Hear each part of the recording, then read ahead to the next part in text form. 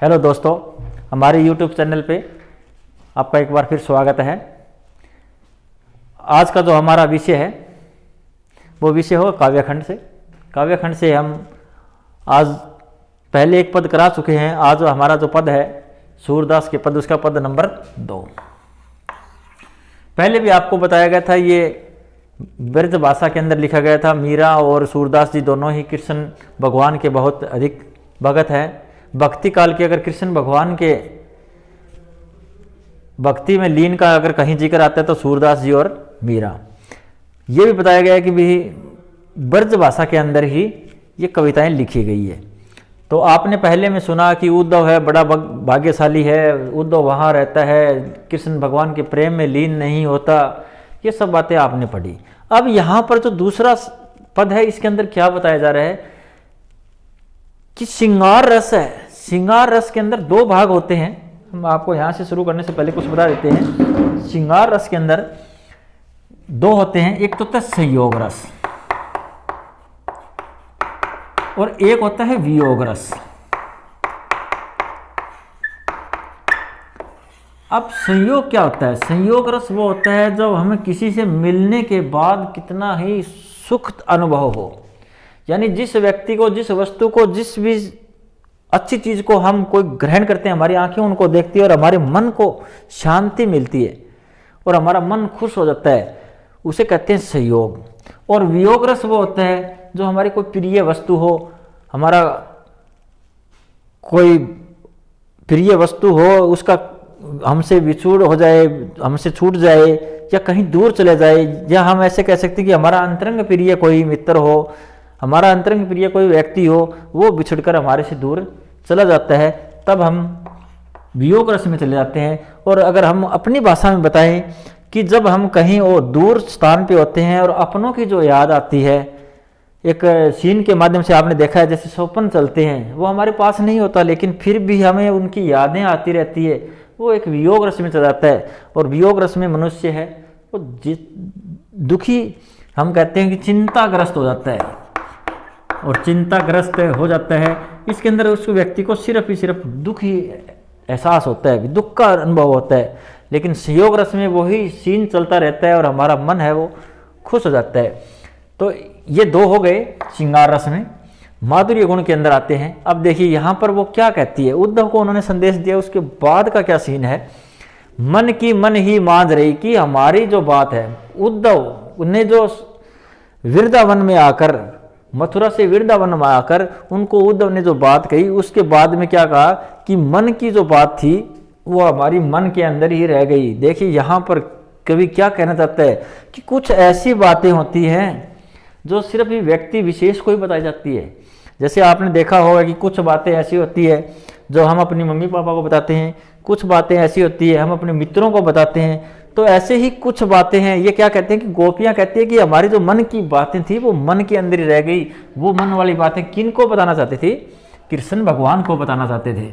लेकिन वो कृष्ण भगवान वहाँ से मथुरा से पहुँचे नहीं और उन्होंने अपना एक संदेश भेजा उद्धव के माध्यम से। या आज की समय में हम कह सकते हैं कि उन्होंने, अब श्री कृष्ण भगवान ने एक राजदूत भेजा, अपना संदेश वाहक भेजा भी, आप उनको ये जाके कहिए। आगे क्या कहिए? कहिए जाए कौन पे उद्धव नाही प्रत कही, कि हमारे मन की जो बातें थी वो हम आपके सामने नहीं कह सकते, हम किसको बताएं। अवधि आस, अवधि आधार आस आवन की, अवधि मैंने होता है समय, आधार बहुत लंबे समय से हमें उम्मीद थी, आवन की मैंने आने की, कि हमें बहुत लंबे समय से जिसके आने की उम्मीद थी उसी की याद में। देखिए यहाँ पर क्या करना चाहता है कि जिस व्यक्ति के हम इंतजार में इतना समय व्यतीत कर रहे हैं, अगर वो व्यक्ति उस समय नहीं पहुँचता तो हमारे मन पे क्या बीतती है, वही कवि इस सूरदास जी अपनी पंक्तियों में बताते हैं। गोपियों के मन की दशा उस समय क्या थी कि बहुत लंबे समय से हम जिस व्यक्ति के आने का इंतजार कर रहे थे और वो व्यक्ति वहां नहीं पहुंचा, तन मन भी था सही, और हमारे श्री कृष्ण भगवान की याद में हमारे तन शरीर ने और हमारे मन ने बहुत तरह के कष्ट सहन किए। अब इन जोग संदेश ने, ये देखिए यहाँ पर क्या है कि उद्धव के माध्यम से श्री कृष्ण भगवान ने योग का संदेश गोपियों को भेजा था। उसी के बारे में ये बताते हैं कि अब इन योग संदेश नहीं, कि ये जो आपने जोगी के जो संदेश हमें दे, सुनी सुनी विरहिनी विरह दई, ये योग के संदेश सुन सुनकर हमारी जो विरहिनी है, जो गोपियां हैं, जो विरह की आग में जल रही थी, सुन सुनकर और अधिक जलने लगी। यहां देखिए सुनी सुनी अनुप्रास अलंकार होता है, सुनी सुनी पुनरुक्ति अलंकार भी होता है, विरहिनी विरह दई, यहां पर अनुप्रास अलंकार हो जाएगा। चाहती उती गुहारी जिती ते, यानी चाहती होता है चाहना, होती मैंने उससे, गुहारी मैंने होता है गुहार लगाना, उम्मीद या रक्षा करना, जिती ते मैंने उस दिशा से, यानी जिस दिशा के अंदर से हम अपनी रक्षा की गुहार लगाते थे, आस रखते थे, उम्मीद रखते थे, उत्ते दार भई, यानी उसी दिशा के अंदर से ये दार भई। कहने का भावार्थ क्या है कि हम श्री कृष्ण भगवान से अपनी रक्षा के लिए गुहार लगा रही थी, और उसी कृष्ण भगवान ने हमें योग का संदेश है उद्धव के माध्यम से भेज दिया।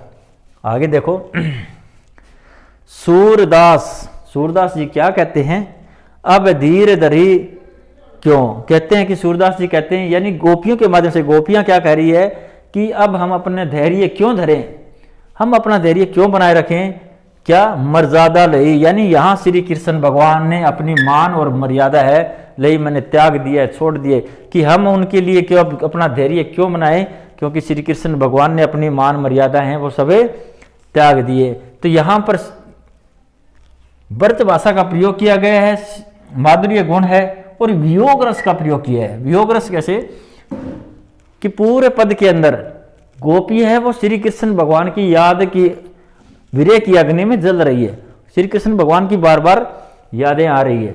एक बार फिर देख लीजिए आप कि हमारी जो बातें थी, जो बातें मन की मन में ही रह गई, ये गोपियां कह रही है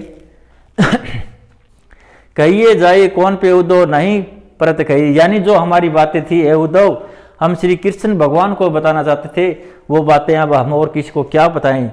अवधि आस आधार आसावन की, कि बहुत लंबे समय से हम जिसका इंतजार कर रहे थे वो कौन थे, श्री कृष्ण भगवान थे, कि मथुरा से कब वृंदावन आए, मतन मन बीता सही, और उनकी आने के इंतजार में हमारे तन और मन ने कष्ट सहन किए। अब इन जोग संदेश ने सुन सुनकर हमारी जो विरह की अग्नि है वो तेज हो गई।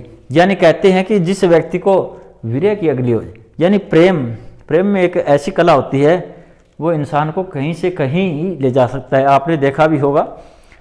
और वो अब क्या है, जब अत्यधिक प्रेम हो जाए, जब वो व्यक्ति नहीं पहुंचता तो उसको चिंता हो जाती है, चिंताग्रस्त हो जाता है, और जिस व्यक्ति को चिंता हो गई उसकी चिता है वो तैयार हो जाती है। क्या कहते हैं कि इंसान ज्यादा दुखी नहीं होता, जो व्यक्ति ज्यादा चिंता करता है वो मरे हुए व्यक्ति के समान हो जाता है, यानी अत्यधिक चिंता होती है वो चिता बन जाती है। चिता मतलब कि उसके आगे जो सोचने समझने की शक्ति है वो नष्ट हो जाती है। चाहती उती गुहारी जिती ते उतते धार भई, जिस दिशा से हम हमारी रक्षा की गुहार की उम्मीद कर रहे थे उसी दिशा के अंदर से ही ये धार है, ये जो प्रवाह है, ये जो संदेश है वो बहा। सूरदास जी अब क्या कहते हैं, अब धीर धरी क्यों मर्यादा लेके, अब हम गोपियां कहती है कि अब हम अपना धैर्य क्यों बनाए रखें, हम अब क्यों अपने धीर रहें, क्योंकि श्री कृष्ण भगवान ने अपनी मान और मर्यादा अपनी त्याग दी है, छोड़ दी। अब अपनी कृष्ण भगवान अपनी मान मर्यादा में नहीं रहे हैं। तो इसके अंदर ब्रज भाषा का प्रयोग किया गया है, सही वियोग रस है, सरल भाषा। देखो आपने देखा होगा, तन मन विथा सही, आस आवन की, आधार आस आवन की, सुनी सुनी, ये जो शब्द दे रखे हैं इन्होंने काव्य के अंदर चमत्कार उत्पन्न कर दिया है। यहाँ देखिए सुनी सुनी और विरहनी विरह दही, यहाँ अनुप्रास अलंकार का प्रयोग किया गया है। तो आज बस इतना ही, धन्यवाद। कल इसी चैनल पे आपसे फिर मिलेंगे।